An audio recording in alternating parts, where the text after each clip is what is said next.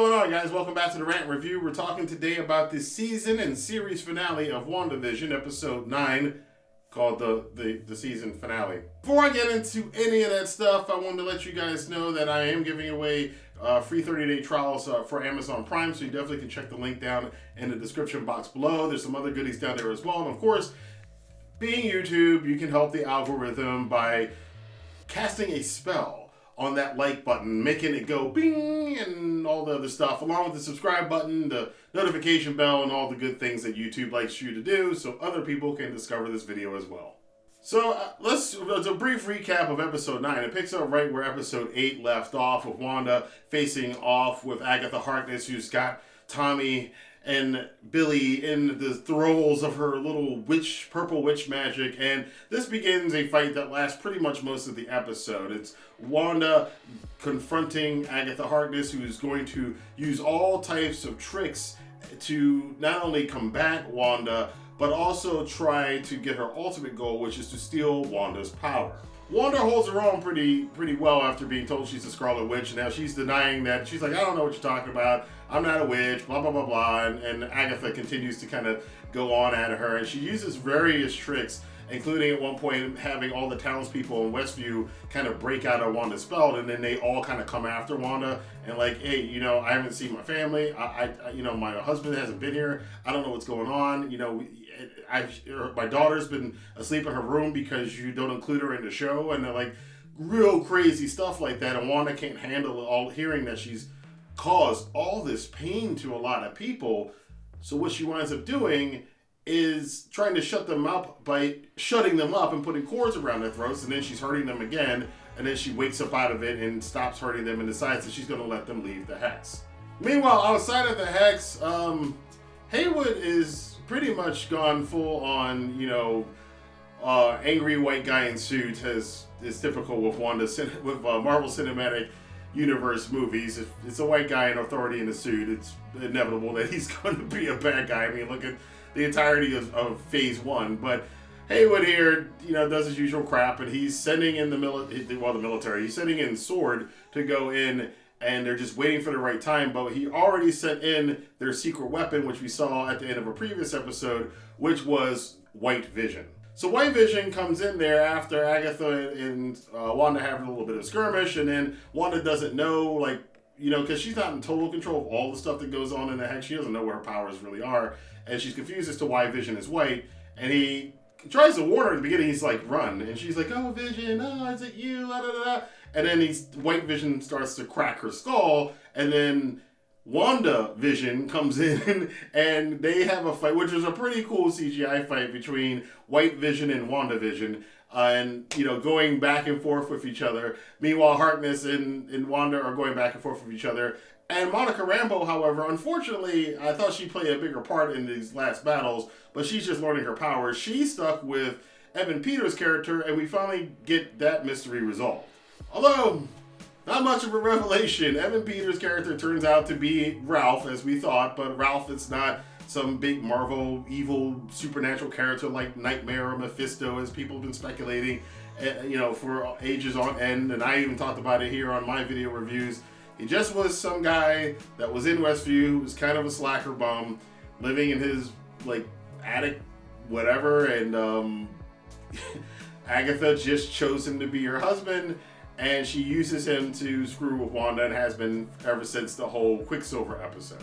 He apparently has a little bit of power, too, because he's able to knock Monica Rambeau down with just, like, extending his finger, but she soon starts understanding her powers as Photon, and she sees the power. She can see Agatha's power, and she sees it on his necklace, and she rips off the necklace, breaking Ralph Bonner, or Boner, and he even laughs at his own name, but breaking him from the spell. He's just like kind of like, oh, I don't know what's going on, you know. So unfortunately for a lot of fans, the big crossover between the Fox X-Men and the Marvel Cinematic Universe technically still hasn't happened, but I do think a lot of the feedback from the show, I wouldn't be surprised if they might bring this back at some point in the future. Wanda does a little trick that we've seen her do before, where she goes back and she kind of plays with Agatha's mind and sends Agatha back to the witch trial that she has. And in this little dream sequence, they have like flip on flip on flip. Agatha turns it on Wanda at one point, because Wanda resurrects all the dead witches from that prologue scene we saw a couple episodes ago. And Agatha turns it on Wanda, and then they start trying to go suck Wanda's power out. But then Wanda manifests again the Scarlet Witch crown, which, oddly enough, remember, Agatha's mother did that too, and they never really fully explained that. I guess Agatha's mother was supposed to be the Scarlet Witch at one point in time. Maybe we may or may not get back into that. It's going to be another one of those Marvel mysteries that's going to exist for years now. But Scarlet Witch was able to fight back out of it, and then they broke out of the whole little dream sequence and went back to fighting by throwing energy beams at each other in the air. Wanda, for a very brief period of time, tries to open the hex to let all of these people out of Westview so she can stop torturing them. But as she's doing that, she sees Vision start to disappear. And then another mystery has been answered. Tommy and Billy start to disappear. So yeah, if the hex goes down, a lot of people were suspecting that they would be fine because she gave birth to them or something like that. But no, if the hex goes, her whole family goes, Vision and the kids. Wanda sees this. She can't quite live with it yet. She lets them back in. She keeps the hex in, but there was enough time for Haywood and his military group to get in there, and then there's this whole big thing with him standing off, and he was going to shoot the kids. Fortunately, Monica Rambeau came in, and her powers of being energy. Now, a lot of people were confused as to why she didn't get killed when he shot her, basically emptied an entire clip of a handgun into her. Darcy was trying to show her in a prior episode that she's basically made of light, and Monica Rambeau is made of light, so she can kind of bend light so the bullets wouldn't hit her. But one of them, I can't remember the kids, I think it's Billy, the one who's got Scarlet Witch's powers. He was able to stop one of the bullets in midair. Darcy then has her great cameo, comes in and saves the day and crashes Haywood's truck and pins him against the wall, so that takes him out. Billy and Tommy use their powers to kind of subdue the S.W.O.R.D agents the same way, we've seen some of their kind of relatives in the past too, from Quicksilver to Magneto in another series. That was kind of cool, and one kid had the hat and glasses on. It was kind of like an homage to his comic book costume or whatever.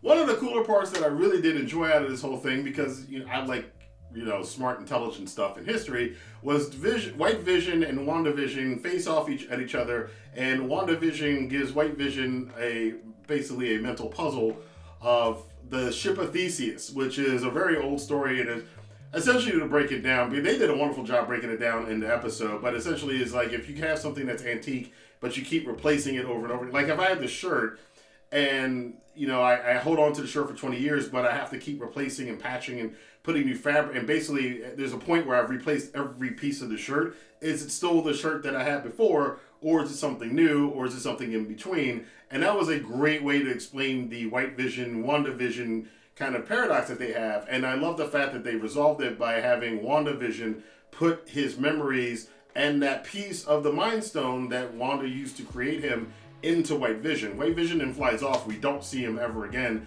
for the rest of the series. I have a feeling that, of course, he will be back in future MCU movies and TV shows. I do have to say, the Jimmy Woo character I always get his name right, Roland Park. I loved that character, the Jimmy Woo, the FBI agent, and he did the little sleight of hand on Haywood to get himself out, and then he was trying to bluff and be all like, yes, within an hour, you'll be in trouble, and then later on he has to call his friend at the FBI. He's like, can you do me a favor? Can you get here within the hour, just so his threat looks like it was just for his own ego, for the threat that he threw. He was actually he was better than he was in Ant-Man 2, and he is going to be in Ant-Man 3, I believe. I think his character is kind of the new replacement for Phil Coulson. I've seen a lot of people say that, which is unfortunate, because I would have, Phil Coulson, they got their own show, Agents of S.H.I.E.L.D., but that's so far detached from the Marvel Cinematic Universe over the years. It's kind of sad, but we're not going to bring back Phil Coulson. We have a new Phil Coulson, and it is Jimmy Woo. Finally, we get to the big wizard battle at the end, and then they played this very well too. It seems like Wanda has kind of given in to Agatha because she's so angry, and she's just throwing her energy at Agatha. And of course, every time she throws her energy at Agatha, Agatha starts sucking more of that power out of Wanda. And Vision tries to stop her. He's like, "What are you doing?" And it looks like Wanda's kind of sacrificing herself here, and she's just throwing and throwing and throwing it. Now some of them are missing, and they even have one shot when I went back and looked at it a second time where it wildly misses Agatha, and Agatha looks like, what was that? And it hits the walls of the hex. I love this. And then, which we find out, once Agatha thinks she's got all the power and I have won, of course, we get that moment where she's the impotence moment of...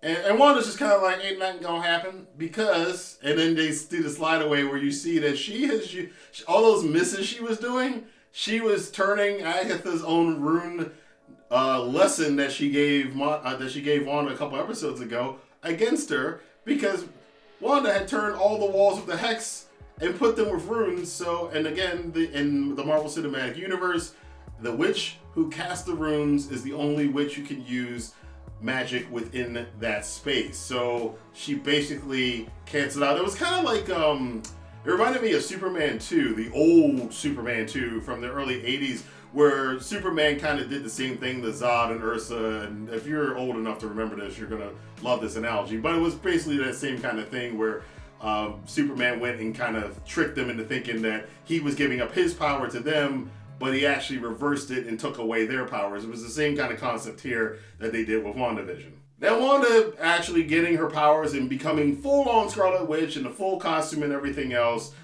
defeats Agatha Harkness. She then winds up condemning Agatha to inhabit that body of the nosy neighbor. She's going to stay in Westview, which is now she's going to put back to normal. But Agatha's going to stay in Westview as the weird nosy neighbor character, and she's going to have to live that life. But inside, she's going to be her real self, screaming and hollering in this basic prison. I love the part where like Agatha was like, "Oh, you're just mean," and then Wanda's like, "No, I'm not mean. I'm not killing you or something. I'm showing mercy." And she's like, "Oh, stop it. You're cruel," which is true, because if she had killed Agatha, at least that's released. What she actually did was worse than killing her. She's trapped her inside of her own body, living as the most vapid person that she could possibly imagine.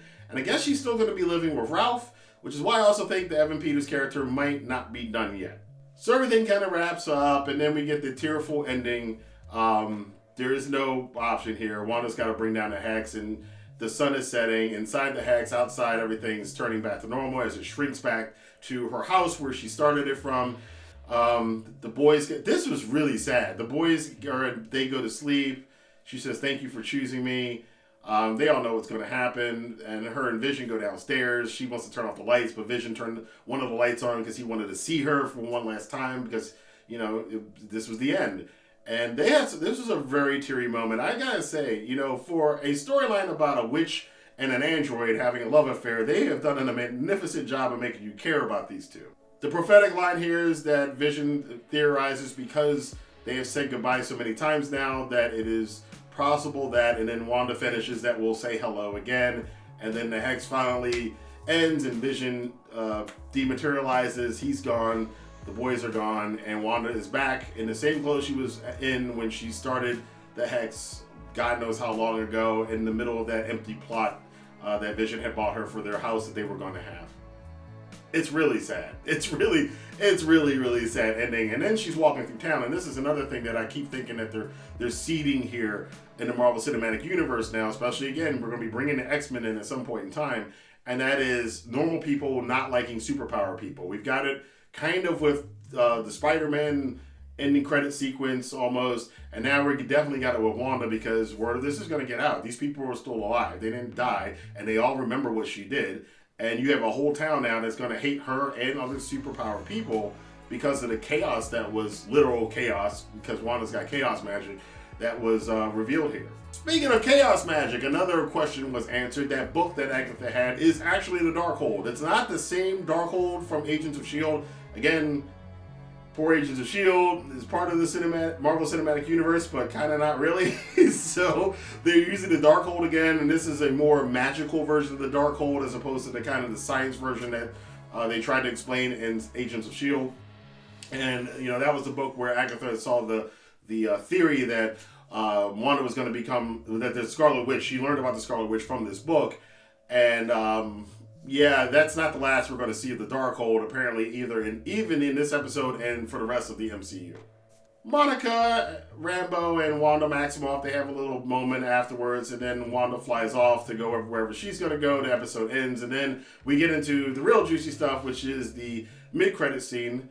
In the mid-credit scene, we go back to see Jimmy Wooey's kind of taking charge and everything else, and there's another FBI agent that comes to Monica and it's like, come in the theater, people want to debrief you, blah, blah, blah, blah, blah, blah. Once she gets in the theater, there's nobody there. We find out that the FBI agent is actually a Skrull. The Skrull says, yeah, somebody heard you were grounded, a friend of your mother's, and he wants to see you. And she points up, and that is a reference to Nick Fury, as we saw in the post-credit scenes of Spider-Man Far From Home, that Nick Fury is up with the Skrulls on some space station hovering around the Earth. So that is our tie-in to what's going to be happening in Captain Marvel Part 2. Now, the post-credit scene, that one held a little bit more interest to me. Now, again, we got no Nightmare, we got no Mephisto. There's another dark character that they're rumored because it's another. I'm not even going to get into all that because we'll be here for all night. But there's another character that is created the Darkhold, kind of a Cthulhu level kind of nightmare devil character, demon character. And none of those characters showed up. Doctor Strange did not show up. A lot of people were expecting Benedict Cumberbatch to be in this. He did not show up. But in the post-credit scene, we see Wanda using an old trick that we saw in the first Doctor Strange movie. She's sipping a cup of tea out in the middle of nowhere in the fjords and beautiful looking country in this little cabinet she's got for herself. She goes back in and pours herself another cup. And then when the camera goes back into the back room, where we actually see her astral form studying the Darkhold. And again, that was something that Doctor Strange did, and to learn why you remember Doctor Strange, he was learning while he was sleeping in Doctor Strange by using his astral form while his body slept. What Wanda's learning, though, is not in the books from Kamar-Taj. She is learning the Darkhold, and that's kind of scary. That book ain't that not a fun book to read, it doesn't look like. And we see her hearing Tommy and Billy's voices, and then they're crying for help, so she blasts the camera, and then that's the end of WandaVision. So a lot of stuff. I think, again, with the Easter egg stuff and all the speculation about all these other things, I mean, it's fun to do, but at the end of the day, I always am a little apprehensive about take that stuff with a pinch of salt, because when it doesn't happen, then you get people to get disappointed because they conjured up something in their head that was going to happen in the show that was never going to happen in the show, but they projected that it was going to happen in the show, and now they're disappointed because their projection didn't come to life. You don't want to do that. You got to be careful about that when you're watching any kind of fiction. If your prediction, you might be projecting a little bit too much into it. Sometimes you should sit back and enjoy it. It's nice to think that, this may happen, but if it doesn't happen, you shouldn't be disappointed. And especially if you take that stuff out and look at WandaVision for what it was, this was a bang-out first entry into the streaming TV series that Marvel Studios is doing on its own. It's not licensing it out as a separate sub-universe like the Netflix shows were. It's not like the ABC shows were, which were the ABC shows. This is Marvel Studios itself directly using the main MCU characters in serialized story format on streaming services, and WandaVision's pretty good. A lot of people, there are always going to be people who are going to have problems with the first 3 episodes because they're just impatient, but if you have, any kind of patience at all, the first 3 episodes work effectively because it sets a unsettled tone, which gets revealed all the mysteries as you go through episodes 4 through 9.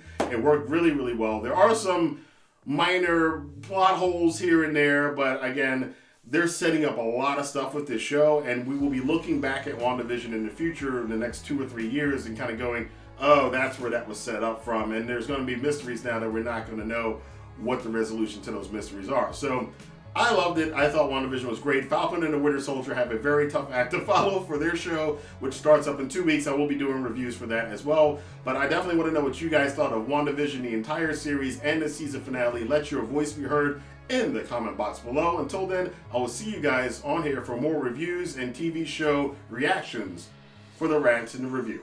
Have a good day.